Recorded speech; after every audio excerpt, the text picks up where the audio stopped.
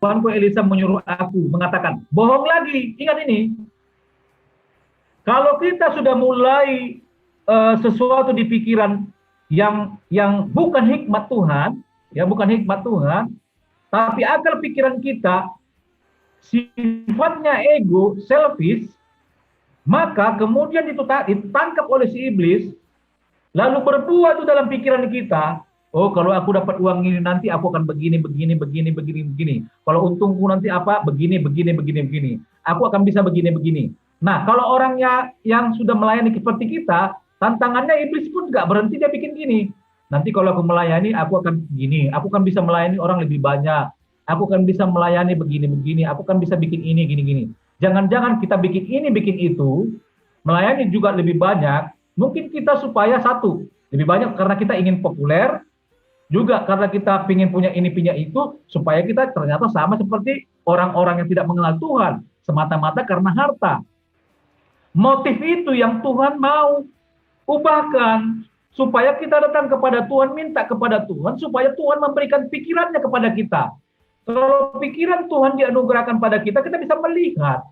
Dan soal kemampuan nanti itu, ketika hikmat itu terus berubah makin terang, ya, maka kita akan mengambil keputusan yang lebih cepat.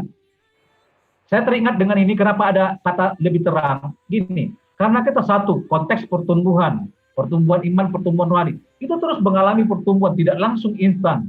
Yang kedua juga, waktu Yesus menyembuhkan orang itu, bagaimana matamu? Wah, aku melihat seperti pohon, katanya. Gitu ya. Lalu doakan lagi. Ya. Artinya apa? Manusia itu nggak semua langsung melihat secara keseluruhan. Enggak. Tuhan anugerahkan itu. Di khotbah saya tahun lalu saya cerita tentang apa? Allah itu menyampaikan itu piece by piece. Apa namanya? Sedikit demi sedikit disampaikan. Karena Tuhan mau kita setia mendengar Dia. Jangan gini, minta sama Tuhan, diberikan oleh Tuhan. Setelah itu, bye-bye Tuhan, aku udah kaya, aku udah terkenal, aku udah hebat. Aku udah bisa menyembuhkan. What? Tuhan yang bisa menyembuhkan. Itu orang yang nangkap udah salah. Gitu ya. Saya teringat ini soal menyembuhkan. Di Kisah Rasul 19, Kisah Rasul 16, Kisah Rasul 19, coba saya buka ya. Saya akan cerita tentang Simon ya. Kisah Rasul berapa tuh? Kisah Rasul 19 kayaknya ya. Kisah Rasul, ya, ini dulu, oke. Anak-anak Skewa ya. Simon itu, ya, oke, gak apa-apa. Anak ini dulu. Kisah Rasul berapa Simon tuh ya? Ini dulu anak-anak Skewa ya, saya baca ya. Nah, anak-anak Skewa ini, ya, ayat 13, juga beberapa tukang jampi Yahudi berkeliling di negeri itu mencoba menyebut nama Tuhan Yesus. Perhatikan ini, dia ini tukang jampi ya. Dan berkata, aku menyumpai kamu, kira-kira menengking ini. Aku tengking kamu demi nama Yesus yang diberitakan oleh Paulus. Mereka yang melakukan hal itu ialah 7 orang anak dari seorang imam kepala Yahudi yang bernama Skewa. Ya, tetapi roh jahat itu menjawab, Yesus aku kenal, Paulus aku ketahui, tetapi kamu siapa? Dan orang yang dirasuk roh jahat itu menerpa mereka dan menggagai mereka dan mengalahkannya, sehingga mereka lari dari rumah itu dan telanjang serta luka-luka. Jadi orang tadi kesurupan itu mencabik-cabik, mungkin menempeleng, menabrak, mungkin memukuli si 7 anak imam anak Skewa tadi. Ini apa? Karena dia selfish, karena dia egois, gitu ya. Motifnya itu bisa dilihat, gitu. Bisa dilihat. Makanya tidak boleh asal-asal kita menengking si iblis roh jahat ini. Ya, tidak boleh asal-asal. Bukan karena rutinitas, bukan karena latah, tapi karena kita memang yakin melakukannya. Malaikat Mikael ya, Mikael, kalau kita baca nanti itu bisa cari di ayatnya di mana ya? Yudas, di Yakobus. Nanti baca di Yakobus, intinya gini ayat itu. Di dalam satu perdebatan antara Mikael dengan Lucifer, mereka berdebat tentang mayat daripada Musa. Ya, nah di sana dikatakan ayat itu, Mikael itu jangan bilang nggak berani, bukan nggak berani. Uh, uh, apa namanya? Bilang nggak berani dalam bahasa lain apa ya? Nanti kalau saya bilang nggak berani, seolah-olah takut. Ya, tapi udah ngerti maksudnya lah ya. Malaikat Mikael, malaikat perang itu, pemimpin malaikat perang, nggak berani apa namanya menengking atau menghardik si Lucifer. Tapi dia bilang apa? Biar Tuhan yang akan apa namanya kira-kira ya mengutuk engkau atau melaknati engkau, kira-kira begitu. Jadi nggak boleh malaikat aja ya, malaikat udah pemimpin yang bertugas memang untuk perang aja, tanda kutip nggak berani gitu loh. Jadi kita jangan juga latah ya. Tapi jangan pula gini, ayolah betul kata Petrus nggak berani. Lucifer itu hebat, itu salah juga. Karena yang letak kebenarannya adalah ada hikmat enggak di dalam kita.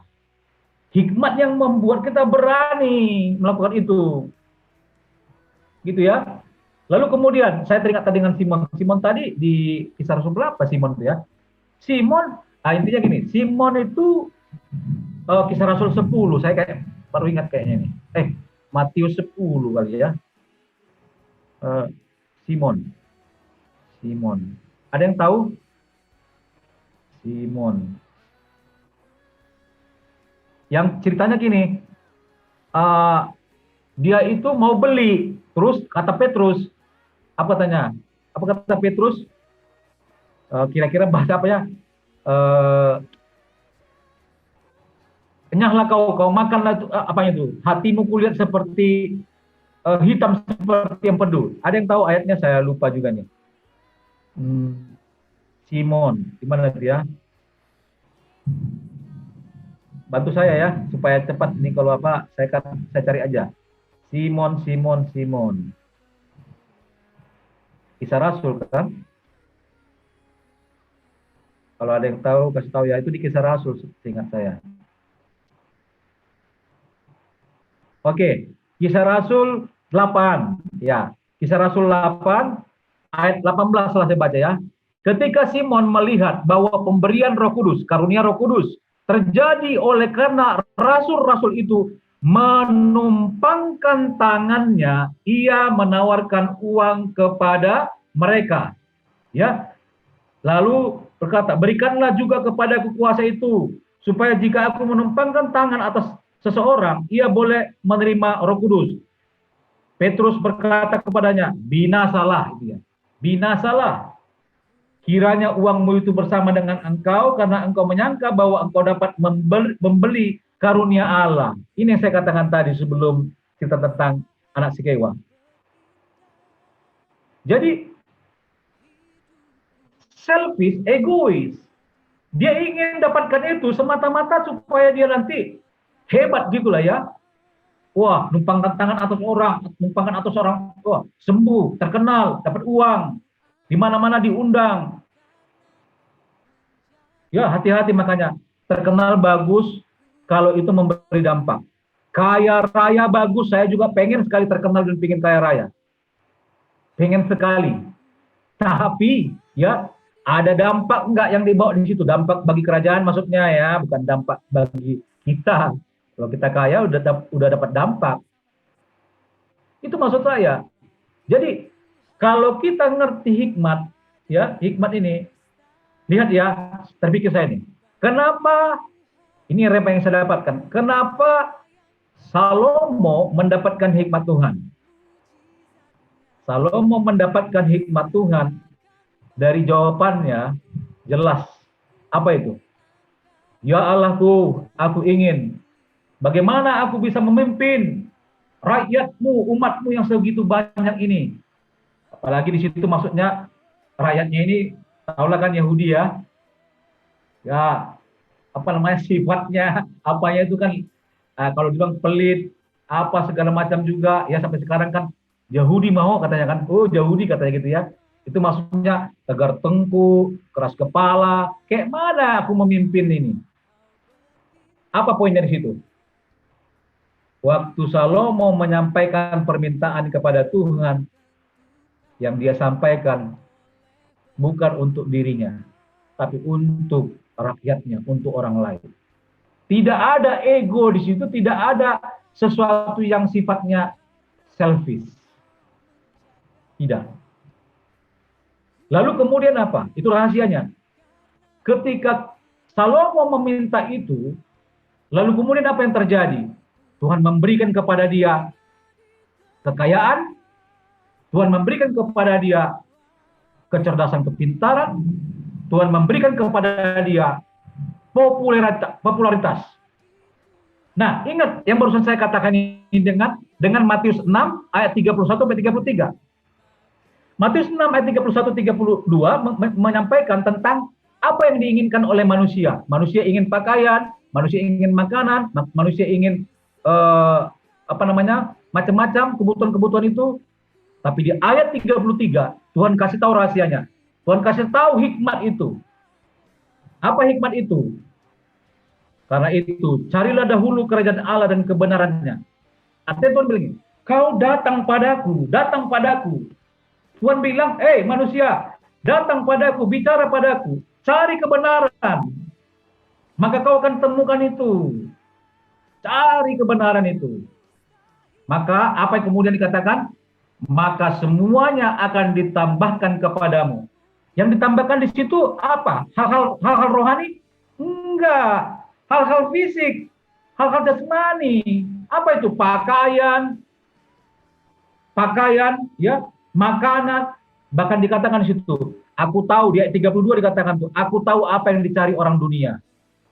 Ayat 33 itu mau bilang gini, nah, karena kau sudah cari kerajaan dan kebenaran itu, kau sudah cari aku, katanya, maka semuanya itu, apa semuanya itu? Semuanya tadi yang kita ingini sebagai manusia. Jangan mengira kalau perkara-perkara rohani ini selalu bicara tentang apa ya? Rohani itu selalu bicara ya biarlah miskin, biarlah tak punya apa-apa, asalkan begini. Dulu itu pemahaman Pentakosta itu sudah berkembang sekarang. Pentakosta punya pemahaman begitu dulu, Pentakosta Najolo. Ya, tapi sekarang sudah berubah. Tapi jangan dulu dicap dulu dengan teologi kemakmuran. Ya, saya agak menyimpang ini ya. Karena kalau saya ada perdebatan-perdebatan gitu ya di netizen itu ya, teologi kemakmuran katanya gitu. Saya bukan membela itu, tapi apa yang kita bicarakan? Kita bicara esensi dulu. Apa yang kau maksud dengan teologi kemakmuran? Saya debat di situ ya, debat tuh kalau kan ada acara-acara apa itu misalnya di apa itu saya suka dengar tuh apa Bambang Nursena, saya suka dengar itu ya, YouTube. Bambang Nursena, terus Verbum Veritatis, itu saya suka itu, nonton itu. Rita Wahyu kalau bahasa Ibrani ya, gitu ya. Nah, kadang-kadang ada debat-debat di situ. Ya. Nah, saya bilang gini, kita bicara esensi dulu, apa maksudnya, baru kita bahas. Jangan langsung teologi kemakmuran, berarti begini, oh tukang ngambil uang. Kalau tukang ngambil uang saya setuju, kalau itu dosa. Tapi jangan mengira bahwa kita harus hidup miskin, enggak. Di zaman ini bagaimana engkau bisa berdampak besar kalau kau nggak punya uang, kalau kau nggak punya orang yang punya uang. Banyak orang di sana menjadi mualaf hanya karena tawaran-tawaran dunia, meninggalkan jabatannya hanya karena pindah agama lalu dia mendapat jabatan yang baru. Banyak di sana yang pindah agama di apa namanya? Di daerah-daerah terpencil, mungkin di NTT, di Papua, diberikan sejumlah uang, akhirnya convert menjadi agama lain. Itu hati-hati kita. Oke? Nah, jangan seperti Simon yang nggak mengerti tentang itu. Itu selebis. Jangan seperti anak-anak daripada Imam Skewa. Ya, jangan juga seperti di Kisah Rasul 19 tadi kalau kita baca ayat berikutnya itu ada namanya Demetrius ya, Demetrius ini pengusaha ya. Saya sekarang bicara tentang pengusaha ya. Termasuk saya bicara kepada diri saya sendiri nih, ya.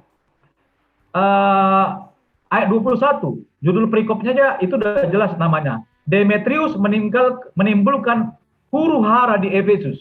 Saya langsung ayatnya ke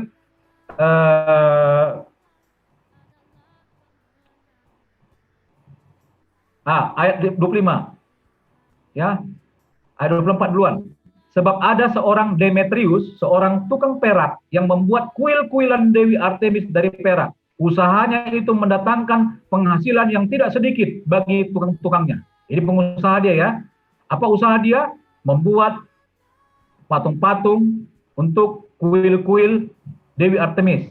Ya, bahkan kuil-kuilnya juga dibuat ya. Lalu dibilang ia mengumpulkan mereka bersama-sama dengan pekerja-pekerja lain, karyawan-karyawannya dalam perusahaan itu, dan berkata, saudara-saudara, kamu tahu bahwa kemakmuran kita adalah hasil perusahaan ini. Wah, dia mulai mempengaruhi ya. Sekarang kamu sendiri melihat dan mendengar bagaimana Paulus bukan saja di Efesus, tetapi juga hampir di seluruh Asia telah membujuk dan menyesatkan banyak orang dengan mengatakan bahwa apa yang dibuat oleh tangan manusia bukanlah dewa. Dengan jalan demikian, bukan saja perusahaan kita berada dalam bahaya untuk dihina orang, tetapi juga kuil Artemis. Nah nih, lihat. Pertama, dibilang tentang perusahaan dia, tapi udah mulai melebar lagi. Tapi juga tentang kuil Artemis. Udah mulai pakai cara-cara, cara-cara kadrun gitu lah kalau gitu ya. Dewi besar itu. Berada dalam bahaya akan kehilangan artinya. Dan Artemis sendiri, Artemis yang disembah oleh seluruh Asia dan seluruh dunia yang beradab, akan kehilangan kebesarnya. Mendengar itu meluaplah amarah mereka, lalu mereka berteriak-teriak, katanya, besarlah Artemis, dewi orang Efesus, dan selanjutnya. Akhirnya timbul huru hara di kota itu. Nah, cara berpikir Gehazi, ya, ini di slide ini, cara berpikir Gehazi, Simon, ya, yang mau membeli karunia roh, anak-anak Skewa yang 7 itu, juga Demetrius pengusaha itu, ya, dia lebih mendengar ke sini karena dari jenis pikiran yang ada pada dia ditangkap oleh si iblis, dibuat dalam bentuk-bentuk yang indah di alam natural, alam fisik ini, sehingga dengan cara melihat seperti Adam dan Hawa melihat, maka manusia itu jatuh dalam dosa. Begitulah kita semua, ya. Begitulah kita semua. Kita akan selalu memiliki potensi yang besar untuk jatuh dalam dosa. Siapapun, termasuk saya, kita akan punya potensi selalu jatuh dalam dosa. Yang menjaga kita untuk tetap bisa kuat hanyalah Roh Kudus. Ketika kita meminta hikmat Tuhan, ketika kita memiliki satu ide pikiran, ketika kita mengalami satu hal, segera tanya Tuhan. Waktu Daud mau berperang, tanya Tuhan.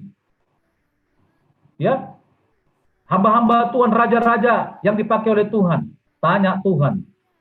Nah, ketika kita tanya Tuhan, Tuhan sedang melihat apakah engkau permintaanmu itu egois, selfish, untuk diri sendiri. Kalau kita bicara hikmat, tidak untuk diri sendiri, itu untuk kerajaan kekal, untuk Allah. Dan kalau kita ikuti itu, yang kita inginkan juga diberikan Tuhan. Itu sudah saya sampaikan tadi ya.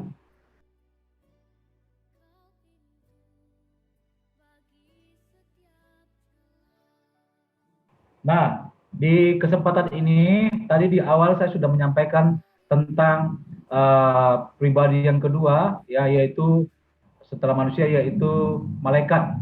Baik itu malaikat kudus, maupun malaikat yang jatuh, yaitu iblis dan roh-roh jahat. Tetap diingat bahwa malaikat ini, malaikat yang jatuh ini, ya, akan terus berusaha untuk memisahkan kita dari Tuhan. Nah, dalam proses itu, maka dia akan mempengaruhi kita dengan banyak taktik, strategi yang mungkin kita belum pernah alami, atau mungkin kita sudah pernah alami, tetapi dengan caranya yang baru, iblis selalu berusaha untuk memisahkan kita dengan Tuhan. Tapi kabar baiknya adalah bahwa sejak kita menerima roh yang baru dari Tuhan, maka kita diberi mandat, diberi kuasa untuk, ya, menelanjangi perbuatan-perbuatan sejahat dan mengalahkan perbuatan-perbuatan sejahat dengan hikmat yang Tuhan berikan bagi kita. Jadi di kesempatan ini, tadi di bagian akhir saya sampaikan tentang hikmat. Mari kita ingat bahwa sampai sesuatu itu berubah di dalam bentuk-bentuk yang natural, alamiah, di dalam bentuk-bentuk fisik, maka kita belum mendapatkan hasil daripada hikmat yang kita peroleh. Karena hikmat dari Tuhan itu nanti akan berubah dalam bentuk-bentuk natural, bentuk-bentuk fisik. Seperti yang saya sampaikan tadi, ya, apa yang diperbuat oleh Salomo sehingga dia dipuji, dihormati, disegani oleh para pemimpin negara-negara di zaman itu. Begitu juga kita.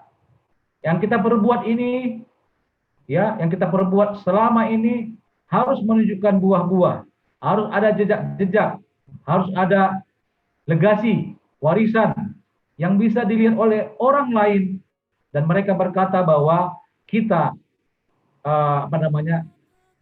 menjadi pembawa berkat bagi mereka, pembawa dampak bagi mereka. Jangan kita menjadi seperti orang-orang yang egois, yang tidak dengar-dengaran akan firman Tuhan, tidak dengar-dengaran akan bimbingan Tuhan. Mereka seperti yang kita pelajari hari ini, seperti Gehazi, yang matre, seperti Simon, yang sangat duniawi, mau membayar sejumlah uang untuk membeli karunia, maupun seperti anak-anak Imam Skewa, 7 orang tersebut, ya, yang mencoba menengking hanya dengan menyebutkan nama Yesus dikira dan nama Yesus dan Paulus dikira langsung berhasil. Dia nggak ngerti bahwa bukan soal perkataan, tetapi karena kehadiran Tuhan, karena hikmat Tuhan yang mengubahkan. Kita juga jangan seperti pengusaha yang bernama Demetrius, ya, yang melakukan segala macam cara karena ketakutan, ya, karena dia selama ini usahanya berhasil dan dia ketakutan dia akan mengalami kerugian, lalu dilakukan pemberontakan atau huru-hara di tempatnya. Terakhir, mari kita terus rindu untuk untuk belajar hikmat Tuhan. Oleh sebab itu di bagian akhir ini saya akan membaca, saudara akan mendengarkan kitab Amsal yang saya baca, ya, saya tutup dengan kitab Amsal, saya baca dari ayat pertama sampai ayat yang ke-7. Saya baca dengan perlahan-lahan supaya kita mengingat firman Tuhan ini. Amsal Salomo bin Daud Raja Israel, untuk mengetahui hikmat dan didikan, untuk mengerti kata-kata yang bermakna, untuk menerima didikan yang menjadikan pandai, serta kebenaran, keadilan, dan kejujuran, untuk memberikan kecerdasan kepada orang yang tak berpengalaman, dan pengetahuan serta kebijaksanaan kepada orang muda. Baiklah orang bijak mendengar dan menambah ilmu, dan baiklah orang yang berpengertian memperoleh bahan pertimbangan untuk mengerti amsal dan ibarat, perkataan dan teka-teki orang bijak. Takut akan Tuhan adalah permulaan pengetahuan, tetapi orang bodoh menghina hikmat dan didikan.